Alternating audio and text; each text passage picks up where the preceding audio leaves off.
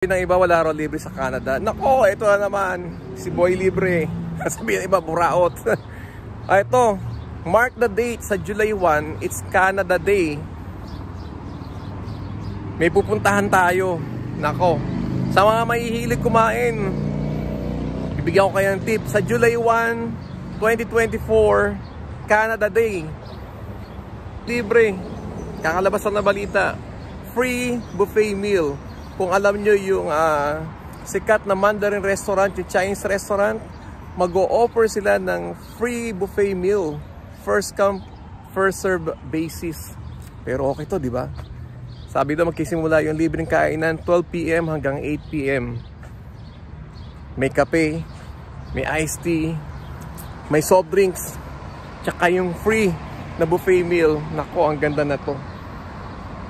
July 1. So sa mga nagkasabing walang libre, eto, pwede ka nang kumain ng libre buffet meal July 1. So, ang sabi dito, Mandarin Chinese restaurant across Ontario, mag-o-offer sila ng free buffet meal. Di ba ang sarap na to? Wala kang babayaran. Libre. So ano pa iniintay nyo? I-reserve nyo na yung i-reserve nyo na yung date na yun, July 1. Isama nyo yung pamilya nyo. Pero ito ang dyan, syempre, maaga pa lang yan. Maaga pa, marami ang nakapila dyan. Syempre, libre. Kaya ng mga restaurant, I think 30 branches across Ontario. So mag-o-offer sila ng free meal, buffet meal, with free drinks, complimentary drinks sila, and so on.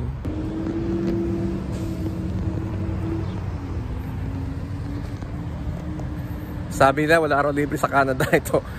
Ngayon meron naman tayong natuklasan na libre.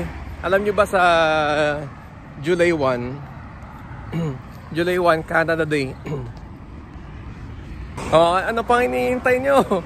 Sa July 1, serve o save the date. Canada Day, it's holiday. Bonding moment din yun ng So bonding moment din yun ng pamilya, mga kaibigan. So ang lang dito is pipila ka ng maaga kasi alam niyo naman libre. Ang simula ng kainan from what I heard is alas 12 ng tanghali at mag-e-end siya ng alas 8 ng gabi. O syempre umaga pa lang marami ang nakapila dyan. Pagka alas 7 pa lang umaga marami ang nakapila dyan.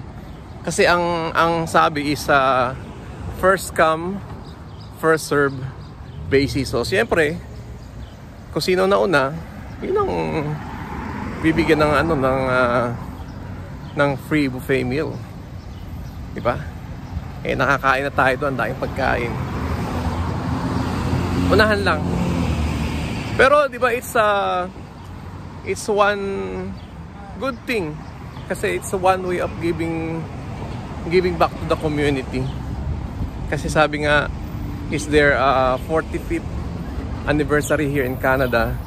Narinig ko nagsimula sila sa Brampton year 1979, di pa tayo pinapanganak nun. So it's a good thing. Kaya ano pa iniintay nyo? Sugurin na natin yung Mandarin. Kung holiday kayo sa July 1, wala kayong pasok, nako, puntahan na natin yung kita-kits tayo sa Mandarin sa July 1. Pila tayo doon. Maraming pagkain kasi buffet syempre. Ito, wonton soup. Tsaka gusto kong ma-experience na pumila doon. Hello. Magandang umaga. Kita nyo puti yan pero gintreat tayo ng magandang umaga. Ganyan kababait ang mga Canadian dito. So balik tayo sa vlog. So sa July 1, ulitin natin, may libre, may free na buffet meal yung sikat na Chinese restaurant na Mandarin. Nakakain tayo dun, masarap yung pagkain. So this time, mag-o-offer sila ng libre na buffet meal. May free drinks, free coffee, so libre. Ano pa hinihintay natin? Pag ganyan, huwag ating palagpasin. Family bonding din yan, di ba? Pero siyempre magalaan ka ng maraming oras sa pagpila dyan. Sabi dyan, lahat ng branches sila across Ontario, Canada. Happy Canada Day. So what are we waiting for?